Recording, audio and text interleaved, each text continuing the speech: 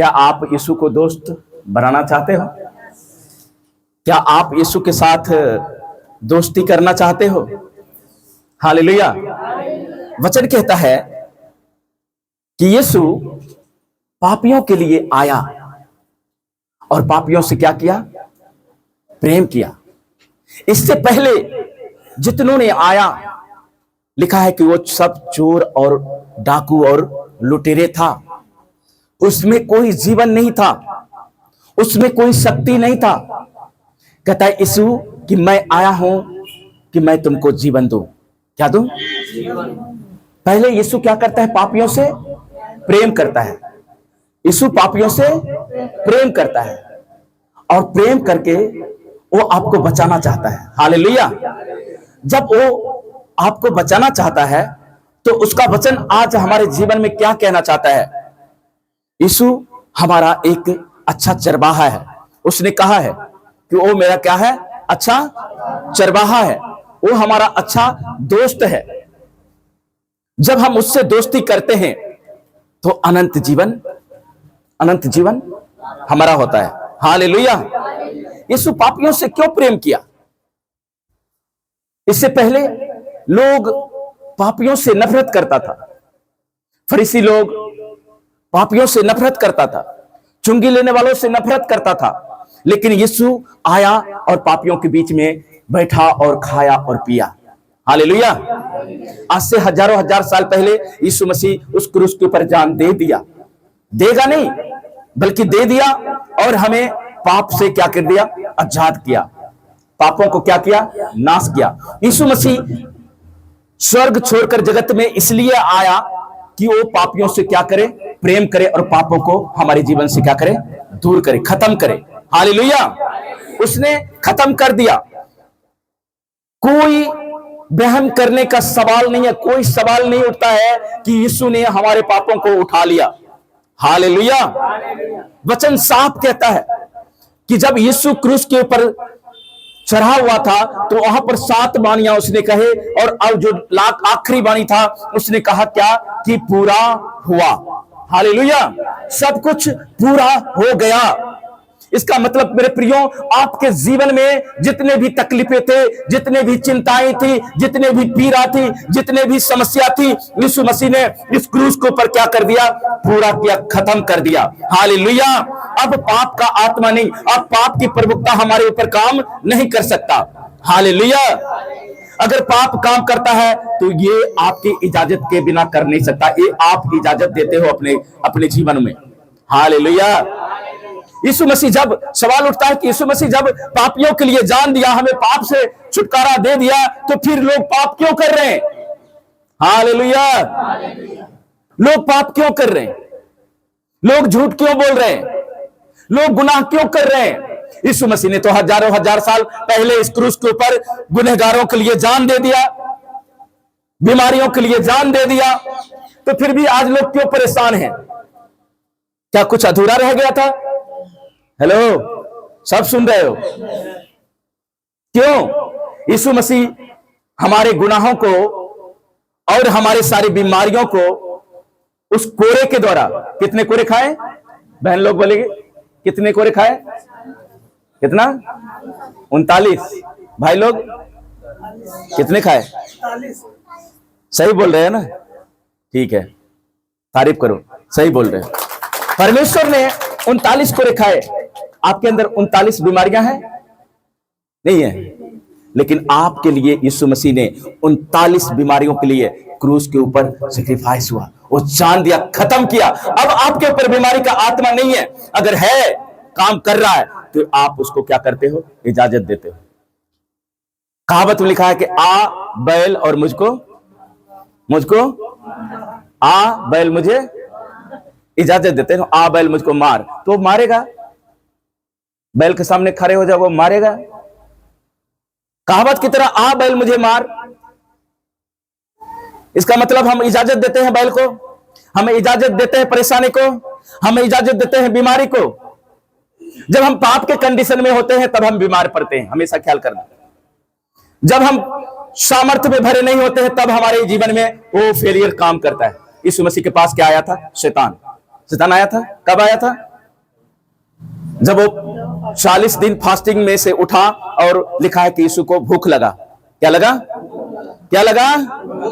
भूख लगा, क्योंकि वो भी मनुष्य था ना, परमेश्वर और मनुष्य था, लेकिन उसके अंदर मनुष्य का स्वार्थ नहीं था, उसके अंदर कोई स्वार्थ नहीं था। इसलिए शैतान उसकी परीक्षा करने आया और परीक्षा लिया उसका, और वो नाकाम रहा। क्या रहा? बोलो, नाकाम रहा। कितने बार परीक्षा लिया? कितने बार? शिवा 3 बार। सोनू कितने बार? 3 बार। मान लो राइट है। मैं को सोचा कहीं बोल देगा 4 बार तो। हालेलुया। तो 3 बार उसका परीक्षा होता है, और जब डांटता है यीशु मसीह तो शैतान कहता है कि भाग जाता है, और भागकर कहां चला गया? कहां गया? पृथ्वी पर आ गया। कहता अब तुमको तो मैं भरमा नहीं पाया, अब मैं इसको भरमाऊंगा, इसको भरमाऊंगा, इसको भरमाऊंगा, इसको फंसाऊंगा, इसको फंसाऊंगा। वो पृथ्वी के सारे लोगों को फंसा लिया। यीशु को बोल कर आया, तू बच गया, अब मैं तेरे लोगों को जा रहा हूं, भरमाने जा रहा हूं,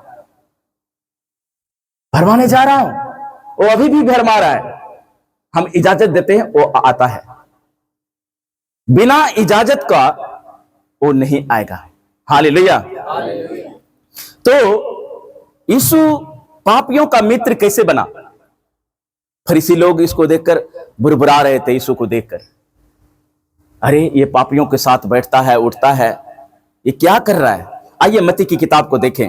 मत्ती उसका 9 और उसकी 9 से लेकर 13 तक पढ़ेंगे।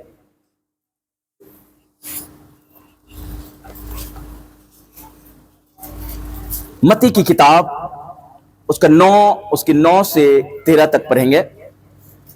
यहां पर लिखा है कि वहां से आगे बढ़कर यीशु ने मत्ती नामक एक मनुष्य को, जो मशहूर था, उस चौकी पर बैठे हुए थे, और देखो उससे कहा गया, यीशु मसीह कहा कि तुम मेरे पीछे हो ले, और वो महसूल तुरंत उठकर उसके पीछे हो लिया।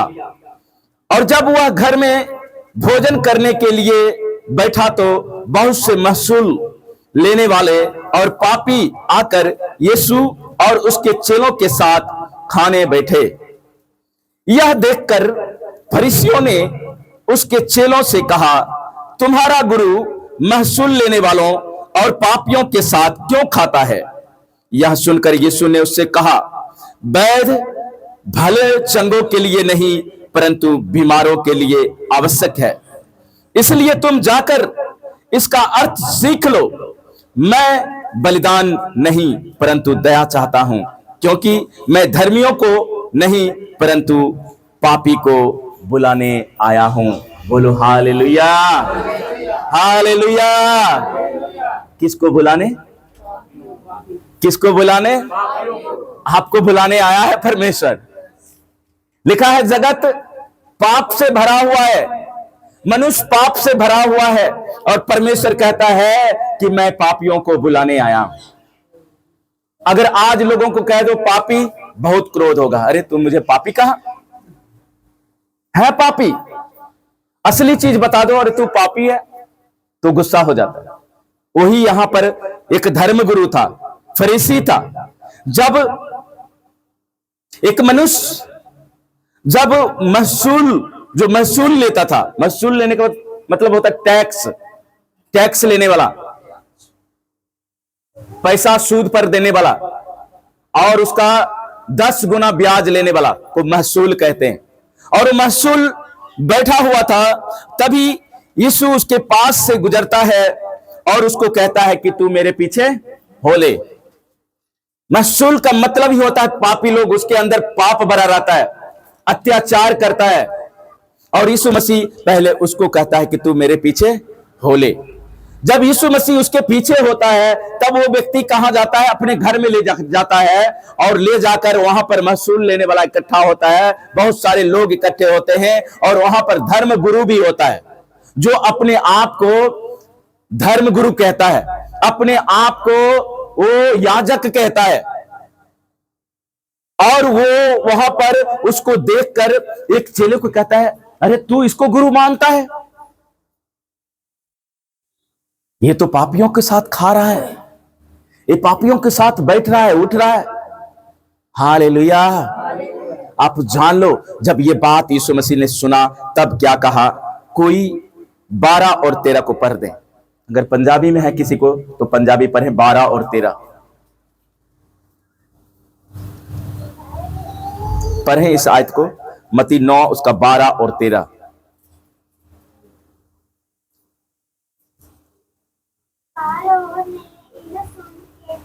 जोर से पढ़ो, उसको माइक दो।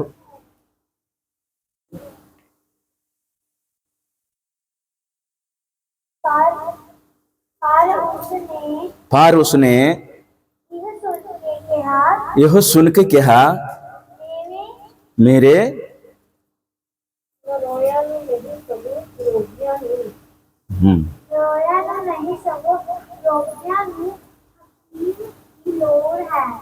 हकीम दी लोड़ है, और तुसी जाके इसका अर्थ सीखो। हाँ,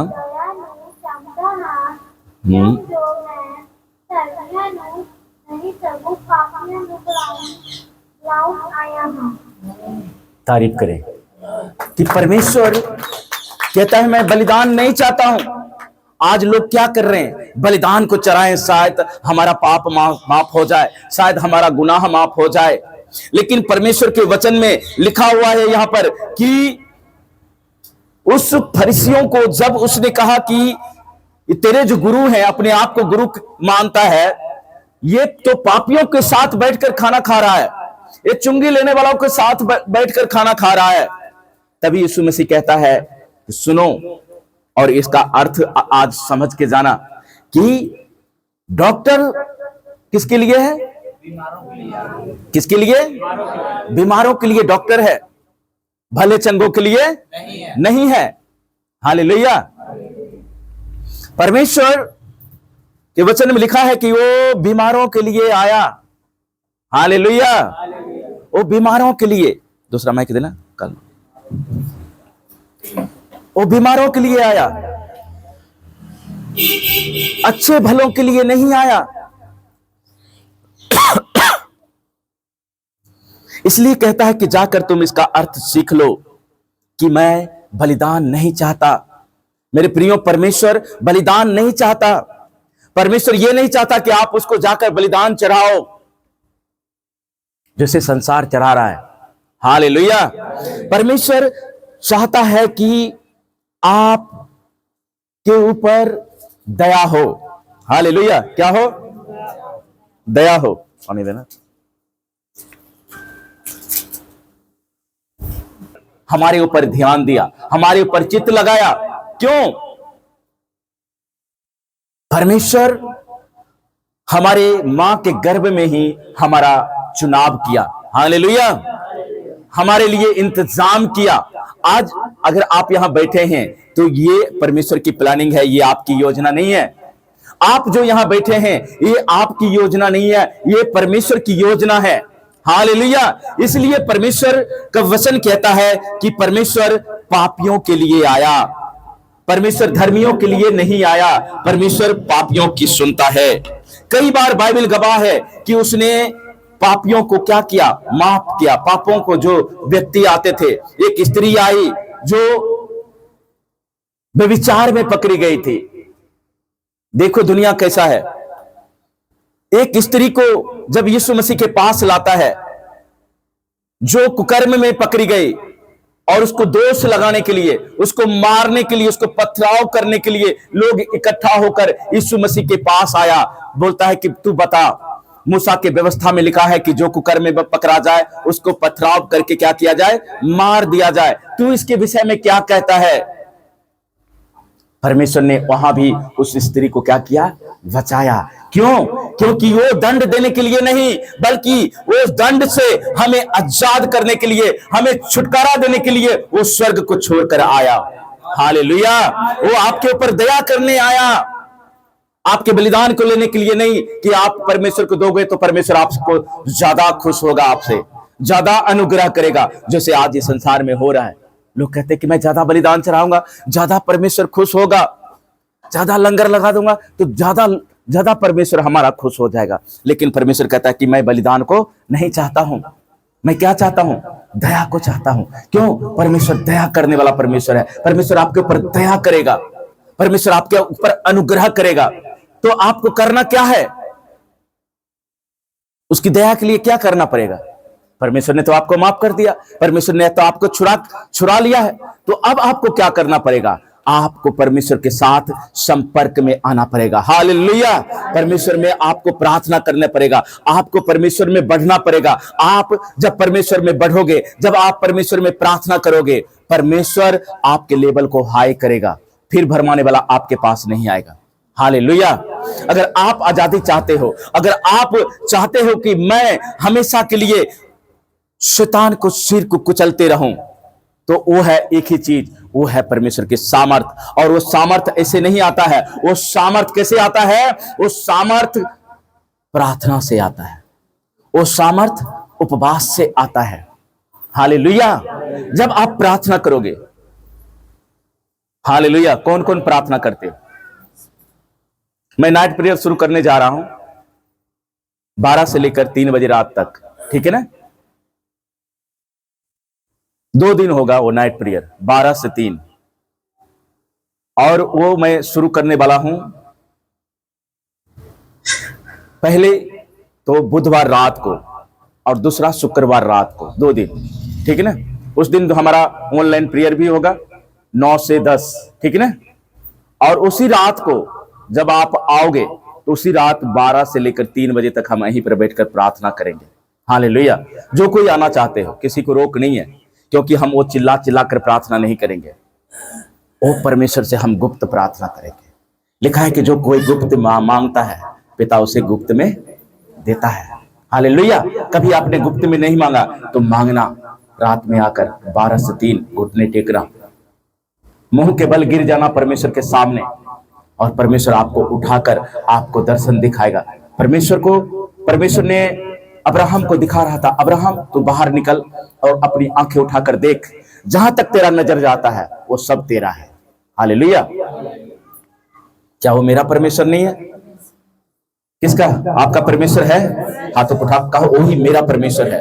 अब्राहम का परमेश्वर मेरा परमेश्वर है, डैनियल का परमेश्वर मेरा परमेश्वर है। हालेलुया! हालेलुया! सब चुपचाप ना बैठो, हरकत में क्या है? हरकत में बोलो बरकत है। हरकत में बरकत है। हरकत करोगे, ताली बजाओगे, आराधना करोगे, नहीं तो चुपचाप रहोगे। इधर सुन रहा है, इधर शैतान निकाल रहा है, आपका ख्याल घर पर है, घर जाऊंगा पहले वो काम करूंगा, पहले वो करूंगा, पहले उससे बदला लूंगा, जो मुझे बोला था मैं उसका जवाब पूछूंगा। मन में विचार आता है, आज वही मन के विचार को मारना है। हालेलुया! जब आप विचार को मारोगे, आप कटनी को काटोगे। हालेलुया! कर्म को बोओगे, आप उद्धार को काटोगे। हालेलुया! इसलिए अपनी वेदी को मजबूत बनाना। आज से वेदी का मतलब होता है प्रार्थना का जगह।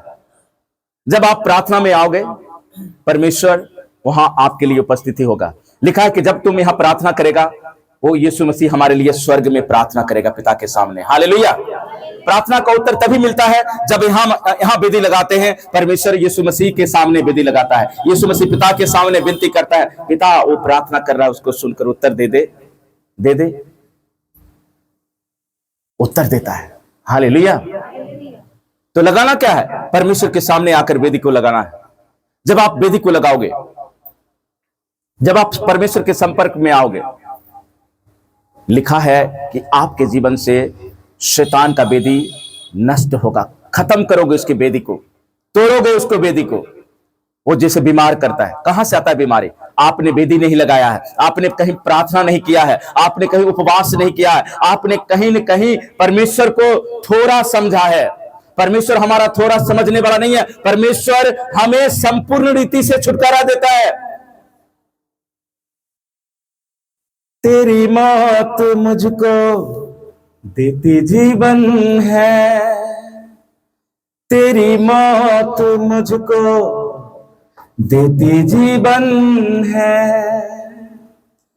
छोड़ा ना अधूरा कुछ भी।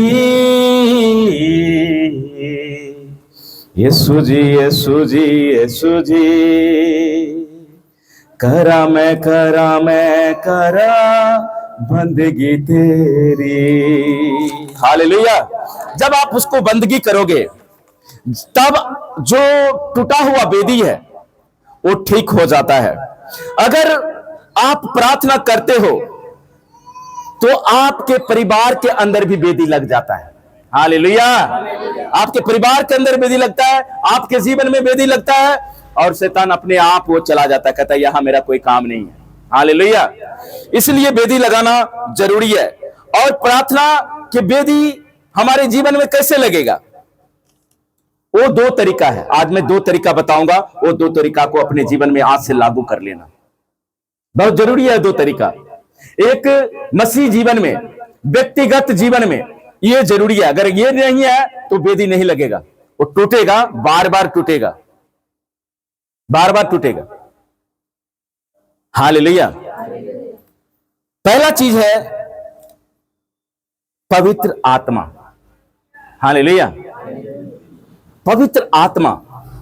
यीशु मसीह जब स्वर्ग में उठाए जा रहे थे तो उसने क्या कहा? मैं एक सहायक दूंगा।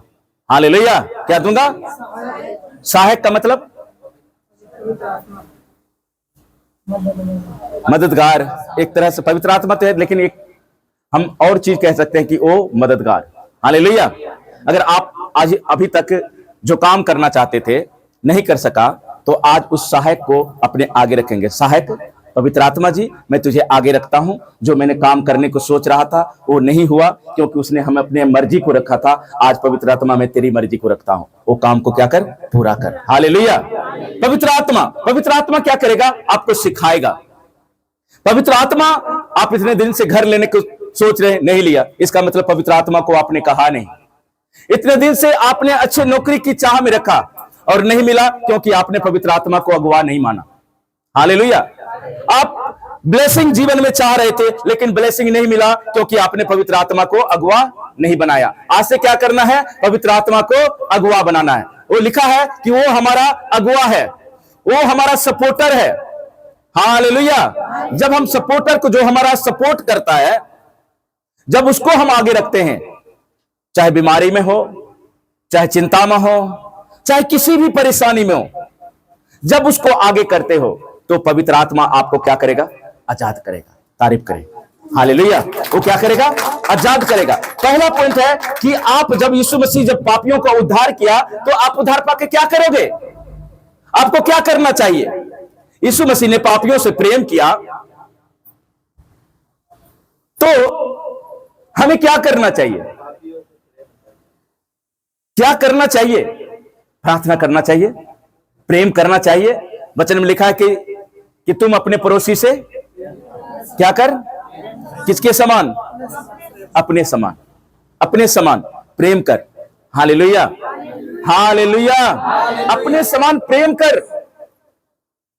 पर होता नहीं है। क्यों नहीं होता है? क्योंकि पवित्र आत्मा नहीं है। हम छोटा सोचते हैं। अगर किसी को अगर कुछ देना है तो हम छोटा सोचते हैं। मान लो किसी के बर्थडे में जा रहे हैं, एनिवर्सरी में जा रहे हैं, तो हमें बेहतर कुछ सोचना चाहिए अपने से ज्यादा, कि मैं उसको क्या दूंगा, ऐसे गिफ्ट दूं कि वो उसको मैं खुश कर सकूं। हालेलुया। हमें बेहतर देना चाहिए। बेहतर हम देते नहीं है। उत्तम, परमेश्वर क्या चाहता है? उत्तम बलिदान आपका ग्रहण होता है। जब आप उत्तम बलिदान नहीं चढ़ाते हो, परमेश्वर ग्रहण नहीं करता है बलिदान को। हालेलुया। इसलिए पवित्र आत्मा के द्वारा आपका वेदी लगता है। हालेलुया। और जो कुछ भी मांगते हो वो परमेश्वर देता है। हालेलुया। तो पहला पॉइंट क्या है? शिवा,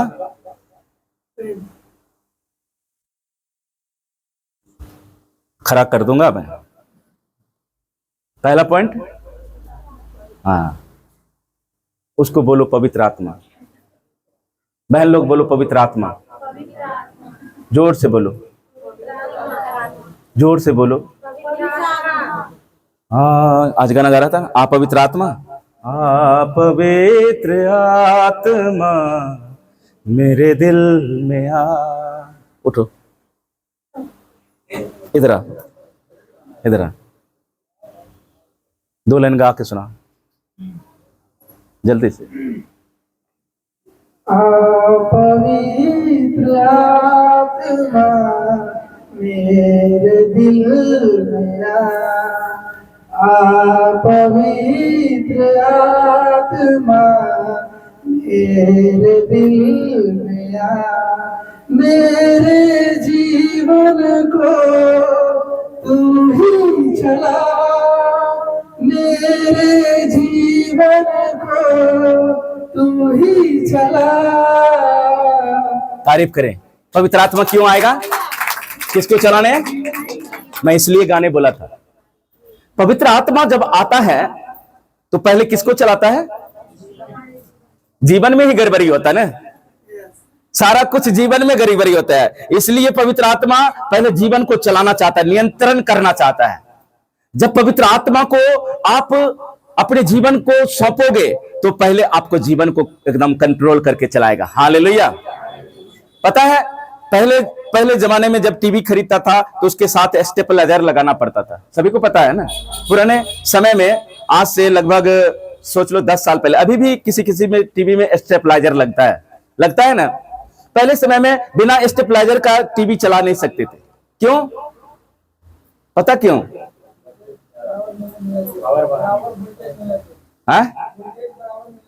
वोल्टेज बराबर मिलना चाहिए। आज वो बोलता है डब्ल्यू, वोल्टेज बराबर मिलना चाहिए। बराबर तो आ रहा है पीछे से ना, क्यों होता है? नहीं, पीछे से तो बराबर आ रहा है ना, पीछे से बराबर आता है, लेकिन जो स्टेबलाइजर होता है वो कंट्रोलर है। क्या है? कंट्रोल करता है। मान लो 300 वोल्टेज आ गया तो स्टेबलाइजर क्या करेगा? टीवी को 250 लोड है तो स्टेबलाइजर क्या करेगा? 250 ही वोल्ट देकर उसको चलाएगा। क्यों चलाएगा? ताकि टीवी आपका खराब ना हो, जले ना। Hallelujah, hallelujah. पवित्र आत्मा एक तरह से क्या है? क्या है? क्या है?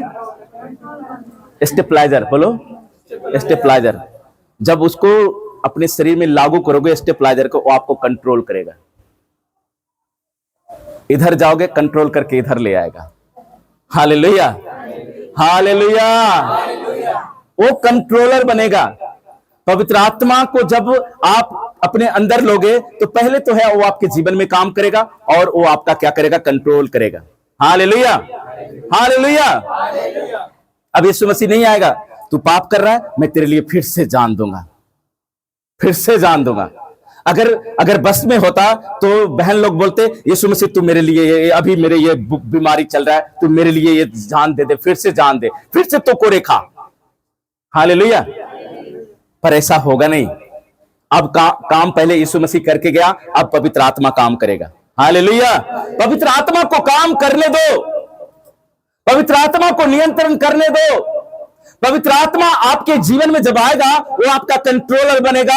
आपका दिमाग उधर जा रहा है तो आपका दिमाग इधर कर लेगा। पहले बैठ, प्रार्थना में बैठ, पहले चर्च तो चल। किधर जा रहा है? किधर तेरा ध्यान है? Hallelujah, hallelujah. पास्टर को कुछ पता चलेगा? पता चलने नहीं दूंगा मैं। इतनी चालाकी से काम करूंगा, सांप भी मर जाएगा और लाठी भी बचाना चाहता है। अरे वो बैठा, वो बैठा, वो बैठा, तो बोल क्यों नहीं? वो बैठा, देखता नहीं है, देखता नहीं है। यूसुफ जब पोतीफर के घर में गया, उसकी पत्नी उसके साथ जना करना चाहती थी। सभी को पता है ना। पोतीफर के घर में जब यूसुफ गया तो उसकी जनानी ने उसके साथ गलत संबंध बनाना चाहता था। यूसुफ, प्रभु तू देख रहा है प्रभु, वहां से भागा, कंट्रोल। अरे भागू यहां से, यहां तो पाप की आत्मा चल रहा है इसके अंदर। अगर वो चाहता तो पाप करके वो प्रधानमंत्री बनता, उसका पति भी बन जाता, वो बैठ कर खाता, यीशु बैठ कर खाता, सदा के लिए खाता। अरे ये तो वो क्या बन के आया था? नौकर था उस घर का, यूसुफ नौकर था। लेकिन जो राजा की पत्नी थी उसके साथ जना करना चाहती थी, और यूसुफ परमेश्वर को देख रहा था। हालेलुया। जब आप अकेले होते हैं तो क्या आप परमेश्वर को देख रहे होते हैं? हालेलुया। परमेश्वर तो मुझे देख रहा है, ना ना ना ना, मैं ये ना काम करूंगा। हालेलुया। जब आपके अंदर पवित्र आत्मा होगा, पवित्र आत्मा कहे, ए पिता देख रहा है, क्या करेगा? ए तेरा डैडी देख रहा है, तेरा पियो देख रहा है, तू ये काम कर दा। हालेलुया।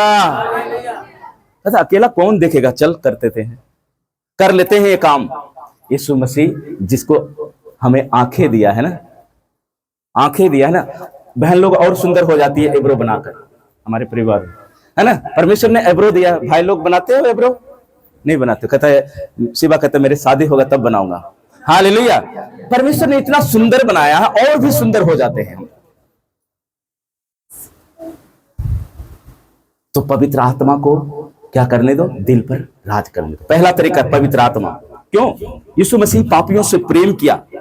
जब पापियों से प्रेम करके उसने उस क्रूस के ऊपर जान देकर पापियों को क्या कर दिया? आजाद कर दिया। और आजादी के बाद अब क्या करना है? यीशु मसीह को, वेदी को एकदम लगाना है, और वो एक जरिया है पवित्र आत्मा के द्वारा। अब दूसरा पॉइंट जान लेना। दूसरा पॉइंट बहुत भयानक है। पहला तो आसान था कि हम घुटने टेकेंगे, अपने आप को अंगीकार करेंगे, और पवित्र आत्मा हमारे अंदर आएगा। हालेलुया। दूसरी बात है अपनी इच्छाओं को काटना। हालेलुया। जब आप चाहते हो कि पवित्र आत्मा आपके ऊपर राज्य करे हमेशा हमेशा के लिए, तो पहला क्या करना पड़ेगा? अपनी इच्छाओं को, अपनी कैसे काटोगे अपनी इच्छा? थोड़ा सा कोई बताएगा? बहन लोग एक बताएंगे अपनी इच्छा को कैसे काटोगे? अपनी इच्छा को काटना कैसे काटोगे? बहन लोग इधर देखो, सामने देखो, नीचे कुछ नहीं है, सब कुछ ऊपर में है। ऊपर ऊपर की ओर देखो, नीचे देखना नहीं है। हालेलुया। अपनी इच्छाओं को काटना। भाई लोग, अपनी इच्छाओं को काटना, फिर जाके पवित्र आत्मा आपके अंदर में ही रहेगा, हटेगा नहीं।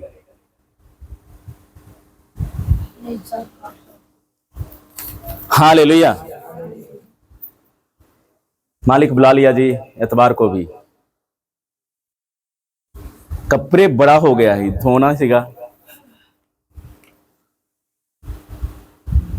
जरूरतों को संडे के दिन में वो ज्यादा दिखाएगा। अरे सारिया चीजा, सारी जरूरतां लोड़ा की करना, पीछे छड़ के वही करना। ये हुआ इच्छाओं को काटना। अपनी इच्छाओं को, अपनी इच्छाओं को, सभी बोलो अपनी इच्छाओं को। अपनी इच्छाओं को जब काटोगे, आप परमेश्वर के वेदी को लगा रहे हो। आप, शैतान क्या करेगा? की होगा एक हफ्ते नहीं जाएगा तो की होगा? एक ही दिन की तो बात है। एक ही दिन में बहुत कुछ हो जाता है मेरे प्रियो। आप वचन पढ़ोगे तो वो परमेश्वर में लिखा है कि एक दिन कितने साल के बराबर है? कोई सही सही जवाब देगा? बहन लोग पहले जवाब देंगे। एक दिन कितने साल के बराबर है?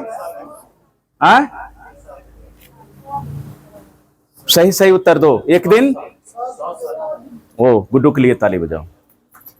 एक दिन 100 दिन के बराबर है। एक दिन नहीं आता, 100 दिन पीछे चल जी, पीछे जाके बैठे 100 बंदे दे पीछे, फिर कदों नंबर आना नहीं आना भूल जाओ। एक दिन हम नहीं आते हैं परमेश्वर के हजूरी में, एक दिन वेदी नहीं लगाते हैं, हम कितने पीछे चले जाते हैं। हालेलुया। इसलिए जब यीशु पापियों से प्रेम किया तो अब आपके ऊपर, रोमियो 8 एक को पढ़े जल्दी जल्दी, अब मैं खत्म करने वाला हूं। जो पॉइंट देना था हमने दे दिया। अब आपने क्या करना, उसको ग्रहण करना, पवित्र आत्मा को ग्रहण करना है, अपने ऊपर लाना है। उसका एक को पढ़ो।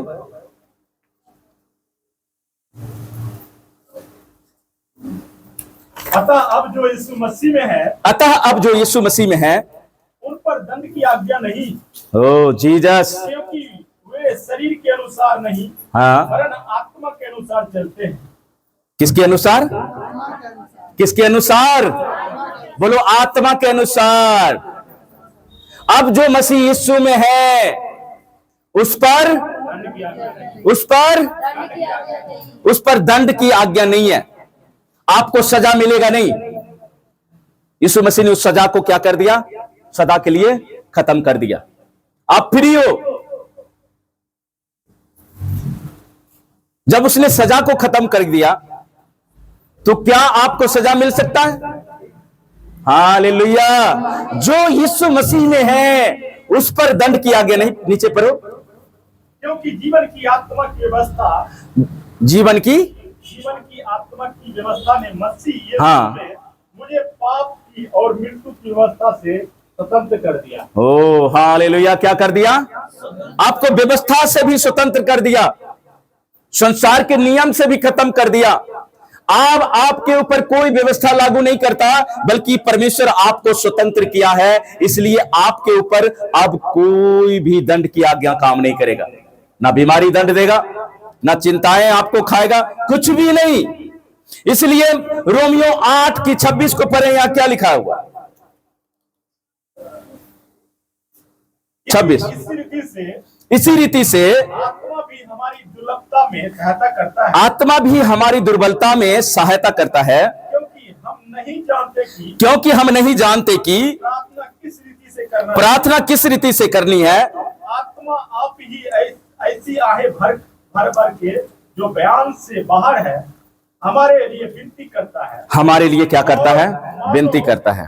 मनों का जांचने वाला जानता है कि, और मनों को जांचने वाला जानता है कि आत्मा की मानसा क्या है। आत्मा की मानसा क्या है। लोगों के लिए परमेश्वर की इच्छा के अनुसार विनती करता है।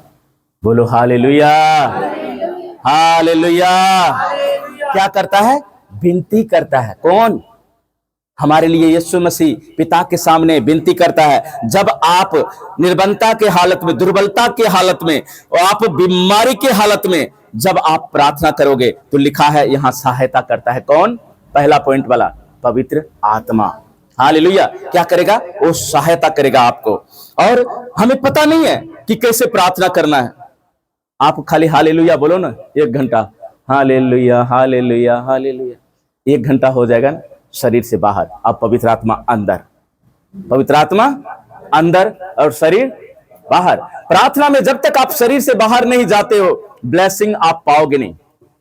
कोई लोग प्रार्थना करते रहते हैं, फोन आ गया, हेलो मैं प्रार्थना में हूं, थोड़ा देर बाद में बात करना, रख देता फट से। अरे वो कौन सा प्रार्थना हो? प्रार्थना में स्विच ऑफ करो। सभी बातें ध्यान रहता है, प्रार्थना कर रहा है ध्यान रहे, देख ले जाकर कुकर दी सिट्टी बंद कर, सारी बातों को ख्याल आता है। प्रार्थना एक आत्मिक चीज है। हालेलुया। जब तक आप शरीर में रहोगे, कभी परमेश्वर बात नहीं करेगा, कभी परमेश्वर छुएगा नहीं। कहना प्रार्थना करता हूं, कितने देर? आधा घंटा करता हूं, 5 मिनट कर ही लेता हूं, जिसका कोई मतलब ही नहीं है। भरो पवित्र आत्मा से। आओ 12 से 3 बजे की मीटिंग में आओ, सबके लिए है। अगर आप सामर्थी बनना चाहते हो, उसको हराना चाहते हो, तो आपको प्रार्थना में आना पड़ेगा। दाऊद प्रार्थना में जाता था लड़ने से पहले, युद्ध में जाने से पहले वो रात भर प्रार्थना करता था और जाके युद्ध लड़ता था और वो जयवंत होता था। हालेलुया। दाऊद को ऐसे राजा नहीं बना दिया गया, उसने बचपन में गोलियत को मारा। जब बचपन में उसने गोलियत को मार दिया जो कोई मार नहीं सकता था। पवित्र आत्मा छोटा बड़ा नहीं देखता, वो आता है आपके जीवन में कार्य करके जाता है। हालेलुया। इसलिए परमेश्वर पापियों के लिए आया। हालेलुया। और लिखा है कि जाओ और इसका मतलब सिखाओ कि मैं दया चाहता हूं, बलिदान नहीं, क्योंकि मैं धर्मियों का नहीं परंतु पापियों को बचाने आया हूं। परमेश्वर पापी को बचाकर आप पापियों को क्या करना, जब आप पाप से छुटकारा मिल गया, आपके ऊपर अब पाप की दंड की आज्ञा नहीं है, तो आप फ्री हो। आप फ्री होकर क्या करो, परमेश्वर की महिमा करो, परमेश्वर की प्रशंसा करो, परमेश्वर की बड़ाई करो। हालेलुया। शरीर के कामों को, अपनी इच्छाओं को काटो जो आपको परमेश्वर से दूर करता है। जब तक आप अपनी इच्छाओं को नहीं काटोगे, कभी प्रार्थना में आप भर नहीं सकते हो, कभी पवित्र आत्मा में भर नहीं सकते हो। आप हमेशा शारीरिक होंगे। कहता तुम शारीरिक नहीं हो, तुम आत्मिक हो। अब तुम में पिता की आत्मा वास करता है। जब तुम में पिता की आत्मा बात करता है तो तुम अब शारीरिक नहीं रहे, अब तुम क्या हो गए, आत्मिक बन गए हैं। हालेलुया। एक दो और पढ़ेंगे, उसके बाद मैं समाप्त करूंगा। भजन संहिता 14 को 2 और 3 पढ़ो। भजन संहिता जबूर 14 उसका 2 और 3, जिसको भी मिला है पढ़ें जल्दी।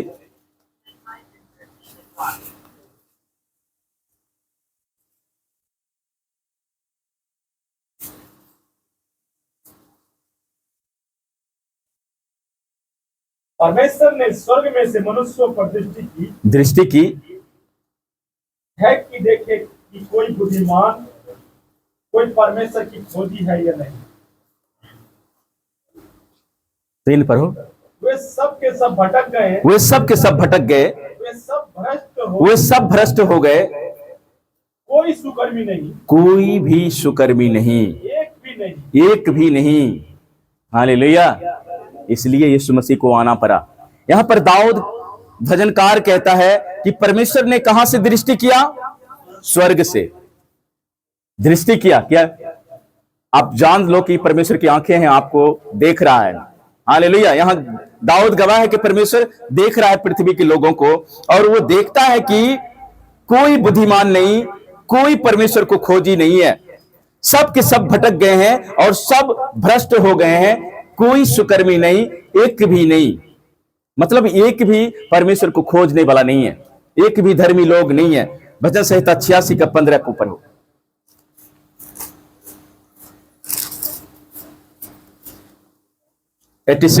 उसका 15। लेकिन परमेश्वर क्या करता है, देखो।